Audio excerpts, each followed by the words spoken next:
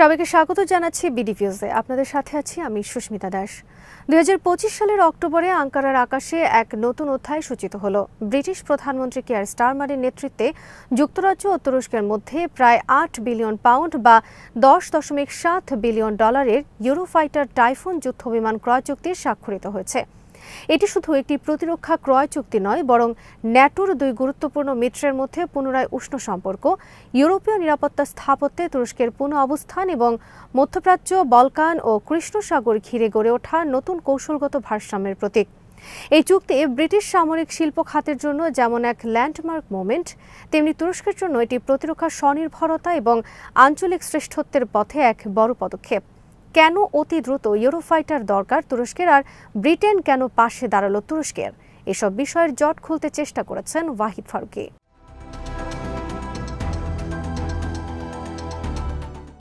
Starmer নিজেই বলেছেন এটি ব্রিটিশ শ্রমিকদের জয়, প্রতিরক্ষা শিল্পের জয় এবং ন্যাটো নিরাপত্তার জন্য একটি বড় জয়। প্রেসিডেন্ট রিসেপ তাইপ এরদোয়ান একে আখ্যা দিয়েছেন দুই ঘনিষ্ঠ মিত্রের কৌশলগত সম্পর্কের নতুন প্রতীক হিসেবে।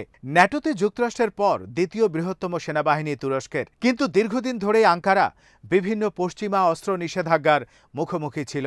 বিশেষত 2019 সালে রাশিয়া থেকে S-400 ক্ষেপণাস্ত্র প্রতিরক্ষা ব্যবস্থা কেনার পর যুক্তরাষ্ট্র তুরস্ককে F-35 প্রোগ্রাম থেকে বাদ দেয় এবং কাটসা আইনের আওতায় নিষেধাজ্ঞা আরোপ করে।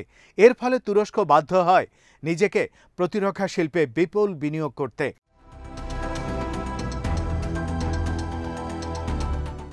দুই দশকে সেই বিনিয়োগ এখন ফলপ্রসূ। তুরস্ক এখন নিজস্ব ড্রোন, ক্ষেপণাস্ত্র, সাঁজোয়া যান, যুদ্ধজাহাজ তৈরি করতে সক্ষম। এমনকি তুরস্ক নিজস্ব পঞ্চম প্রজন্মের স্টেল যুদ্ধবিমান কানের উন্নয়নও শুরু করেছে, যা 2028 সালের মধ্যে কার্যকর হওয়ার সম্ভাবনা রয়েছে। তবে কান পুরোপুরি কার্যকর না হওয়া পর্যন্ত আধুনিক যুদ্ধবিমানের ঘাটতি পূরণে তুরস্ক ইউরোফাইটার ও সম্ভাব্যভাবে F-35 সংগ্রহ করতে চায়। ইউরোফাইটার টাইফুন হল 4টি ইউরোপীয় দেশ, ব্রিটেন, জার্মানি, ইতালি ও স্পেন এর যৌথ উদ্যোগে তৈরি বহুমুখী যুদ্ধবিমান। এটি ইউরোপীয় প্রতিরক্ষা একীভূত করার ক্ষেত্রে সবচেয়ে সফল উদাহরণগুলোর একটি। টাইফুনের শক্তি হল তার গতি, ম্যানুভার ক্ষমতা, বহুমুখী অস্ত্রের ব্যবহার এবং নেটওয়ার্ক যুদ্ধক্ষেত্রে অভিযোজন।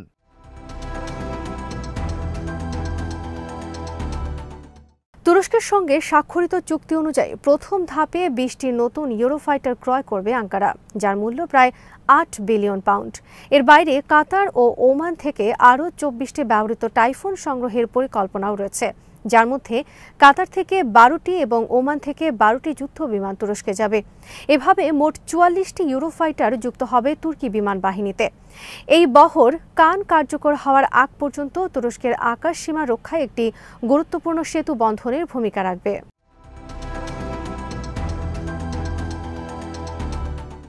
স্টারমারের এই সফর ছিল তার প্রধানমন্ত্রী হিসেবে প্রথম তুরস্ক সফর। বিশেষভাবে উল্লেখ্য যে তার বিমান অবতরণ করেছে আঙ্কারার সামরিক ঘাঁটিতে, যা সফরের নিরাপত্তা ও সামরিক প্রকৃতিকে ইঙ্গিত দেয়। তার সঙ্গে ছিলেন যুক্তরাজ্যের প্রতিরক্ষা মন্ত্রী জন হিলি ও রয়্যাল এয়ারফোর্সের প্রধান হার্ব স্মাইথ। দুই দেশের মধ্যে শুধু প্রতিরক্ষা নয়, বাণিজ্য ও রাজনৈতিক সম্পর্ক বাড়ানোর প্রতিশ্রুতি দেয়া হয়। এরদোয়ান ঘোষণা করেন, আমরা যুক্তরাজ্যের সঙ্গে বাণিজ্যিক সম্পর্ককে প্রথমে 30 বিলিয়ন, পরে $40 বিলিয়ন উন্নীত করব। অন্যদিকে স্টারমার বলেন, এই চুক্তি আমাদের কৌশলগত অংশীদারিত্বকে নতুন উচ্চতায় নিয়ে যাবে। এরদোয়ান সফরের সময় আরও ঘোষণা দেন যে জার্মান চ্যান্সেলর ফ্রেডরিক মের্জ অচিরেই আঙ্কারা সফরে আসবেন, যা ইউরোফাইটার কনসোর্টিয়ামের পূর্ণ রাজনৈতিক অনুমোদন ও আঞ্চলিক ঐক্যের দিকটি স্পষ্ট করবে।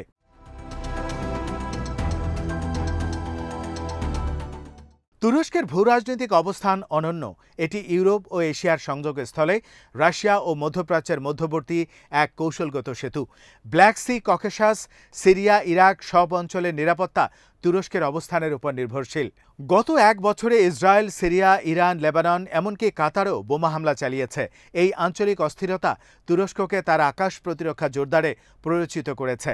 একই সঙ্গে গ্রিস আগামী 3 বছরে F-35 যুদ্ধবিমান পেতে যাচ্ছে, যা আঞ্চলিক ভারসাম্যে নতুন চ্যালেঞ্জ তৈরি করবে। এমন পরিস্থিতিতে ইউরোফাইটার চুক্তি তুরস্ককে কৌশলগত সুবিধা দেয়। একদিকে এটি আঙ্কারাকে আঞ্চলিক প্রতিদ্বন্দ্বী ইসরায়েল ও গ্রিসের সমকক্ষ ও আধুনিক যুদ্ধ সক্ষমতা দেয়, অন্যদিকে পশ্চিমা মিত্রদের সঙ্গে সম্পর্ক পুনর্গঠনের একটি প্রতীকী পদক্ষেপও বটে।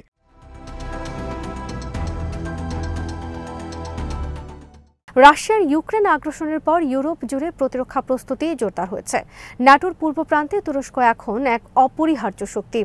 ইউরোপীয় ইউনিয়ন নিজেই ১৫০ বিলিয়ন ইউরোর সাফ তহবিল অনুমোদন করেছে, যার আওতায় তুরস্ক, নরওয়ে ও ব্রিটেনের মতো অ-ইইউ দেশগুলোর সঙ্গে প্রতিরক্ষা সহযোগিতা গড়ে তোলা হবে।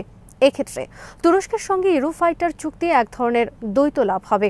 একদিকে এটি ইউরোপীয় প্রতিরক্ষা শিল্পকে চাঙ্গা করবে, অন্যদিকে ন্যাটোর আকাশসীমায় এক শক্তিশালী প্রতিরক্ষা স্তর যোগ করবে। ব্রিটেনের প্রতিরক্ষামন্ত্রী জন হিলি একে বলেছেন, এই চুক্তি কেবল বিমান বিক্রি নয়, এটি আমাদের দুই জাতির প্রতিরক্ষা শিল্প অংশীদারিত্বের এক নতুন দিগন্ত।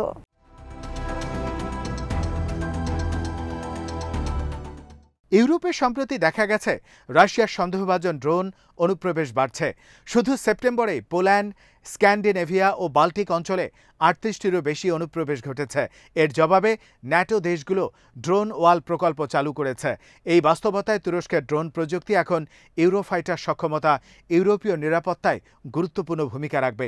স্টারমার এরদোয়ান বৈঠকে গাজা যুদ্ধ নিয়েও আলোচনা হয়। ব্রিটেন সম্প্রতি ফিলিস্তিন রাষ্ট্রকে স্বীকৃতি দিয়েছে, যা এরদোয়ান দুই রাষ্ট্র সমাধানের সাহসী পদক্ষেপ বলে অভিহিত করেছেন। উভয় নেতা গাজা যুদ্ধবিরতি বাস্তবায়নে যৌথভাবে কাজ করার প্রতিশ্রুতি দেন। তুরস্ক দীর্ঘদিন ধরেই ফিলিস্তিনি পক্ষের কণ্ঠস্বর। এরদোয়ান সরাসরি ইসরায়েলি হামলার তীব্র সমালোচনা করেন এবং গাজার মানবিক সংকটে আন্তর্জাতিক হস্তক্ষেপ চান।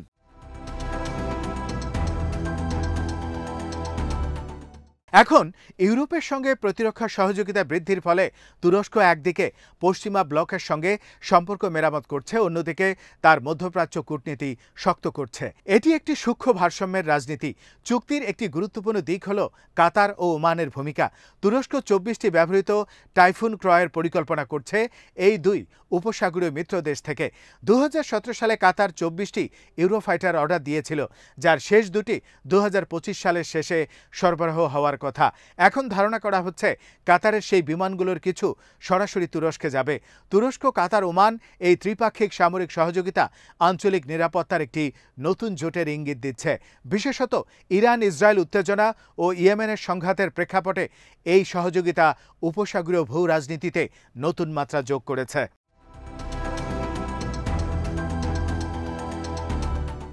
ব্রিটেনের জন্য এই চুক্তি অর্থনৈতিকভাবেও তাৎপর্যপূর্ণ। প্রতিরক্ষা মন্ত্রণালয় জানিয়েছে, ইউরোফাইটার চুক্তির ফলে ব্রিটেনে প্রায় ২০,০০০ কর্মসংস্থান সুরক্ষিত থাকবে।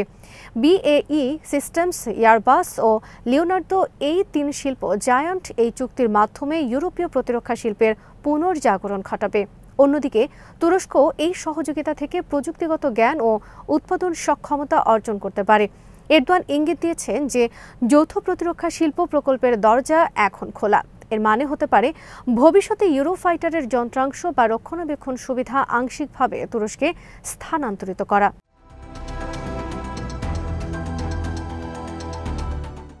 চুক্তির আড়ালে রয়েছে এক বড় কূটনৈতিক বার্তা। তুরস্ক যুক্তরাষ্ট্রের সঙ্গেও সম্পর্ক পুনর্গঠনে আগ্রহী। আঙ্কারা চায় নিষেধাজ্ঞা প্রত্যাহার ও পুনরায় F-35 প্রোগ্রামে যোগদান। এরদোয়ান ইতিমধ্যে প্রেসিডেন্ট ডোনাল্ড ট্রাম্পের সঙ্গে এই বিষয়ে কথা বলেছেন। তুরস্কের কৌশল স্পষ্ট, একটি ট্রানজিশনাল ফ্লিট গঠন করা, যাতে থাকবে ৪০টি ইউরোফাইটার, ৪০টি F-16 এবং ৪০টি F-35।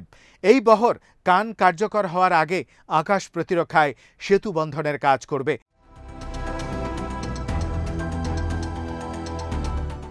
এই দৃষ্টিতে ইউরোফাইটার চুক্তি শুধু ইউরোপীয় নয়, বরং মার্কিন কূটনীতির জন্য বার্তা দেয়। তুরস্ক পশ্চিমা ব্লকের একটি অংশে থাকতে চায়, তবে নিজের সার্বভৌম সিদ্ধান্তে। তুরস্কের ইউরোফাইটার সংগ্রহকে গ্রিস স্বাভাবিকভাবেই সতর্ক চোখে দেখছে। আগামী ৩ বছরে এথেন্স ২০টিরও বেশি F-35 পাবে। অতীতে এজিয়ান সাগরে তুর্কি ও গ্রিক যুদ্ধ বিমানগুলোর মধ্যে একাধিকবার ডগ ফাইট হয়েছে। ফলে আকাশে ভারসাম্য বজায় রাখতে ইউরোফাইটার এখন তুরস্কের জন্য অপরিহার্য। ইসরায়েলের সঙ্গে তুরস্কের সম্পর্ক সাম্প্রতিক সময়ে সবচেয়ে খারাপ অবস্থায় রয়েছে। ইসরায়েল যখন সিরিয়া ও ইরানে বিমান হামলা চালাচ্ছে, তুরস্ক তখন ফিলিস্তিনে ইসরায়েলের নৃশংসতার প্রতিবাদ করছে। এই পটভূমিতে উন্নত আকাশ প্রতিরক্ষা ব্যবস্থা তুরস্কের কূটনৈতিক অবস্থানকে আরও শক্তিশালী করবে।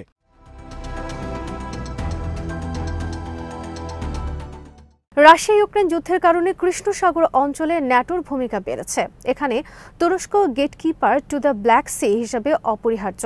ব্রিটিশ প্রতিরক্ষা মন্ত্রী হিলির ভাষায় তুরস্ক ন্যাটোর দক্ষিণ পূর্ব সীমান্তের রক্ষা কবচ। তবে সবকিছুই মসৃণ নয়। প্রথমত, ইউরোফাইটারের সরবরাহ শুরু হবে 2030 সাল থেকে, তাই এর মধ্যে তুরস্ককে তার পুরনো F-16 বহর সচল রাখতে হবে।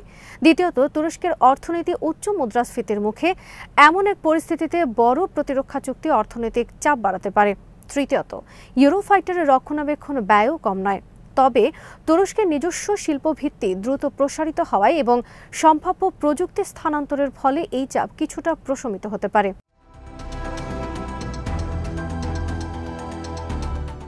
সবচেয়ে বড় বিষয় হলো রাজনৈতিক স্থিতি। এরদোয়ান তার পশ্চিমা মিত্রদের সঙ্গে সম্পর্ক পুনর্গঠন করতে চাইছেন, তবে একই সঙ্গে রাশিয়া, চীন ও ইরানের সঙ্গেও যোগাযোগ বজায় রাখছেন।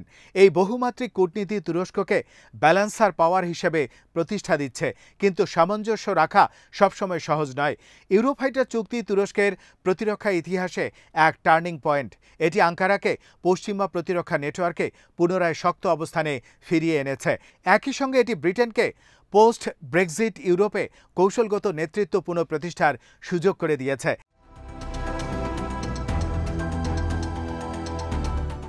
ন্যাটো এখন এমন এক সময় পার করছে যখন রাশিয়ার হুমকি, মধ্যপ্রাচ্যের অস্থিতিশীলতা এবং মার্কিন নিরাপত্তা প্রতিশ্রুতির অনিশ্চয়তা সবকিছুই ইউরোপকে নিজের প্রতিরক্ষা নতুনভাবে সাজাতে বাধ্য করছে। এই প্রেক্ষাপটে তুরস্ক ও ব্রিটেনের ইউরোফাইটার অংশীদারিত্ব শুধু অস্ত্র চুক্তি নয়, বরং এক নতুন ভূরাজনৈতিক সমীকরণের সূচনা।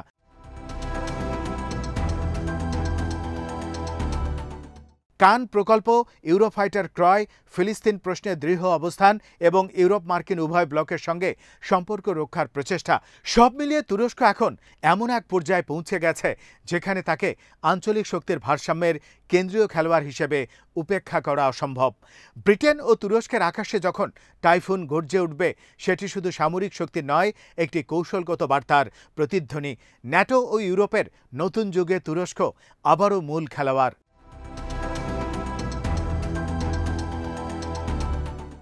আজ এখানেই শেষ করছি। সবাই ভালো থাকুন, সুস্থ থাকুন আর দেখতে থাকুন বিডি ভিউজ। চ্যানেলটি ভালো লাগলে সাবস্ক্রাইব করুন।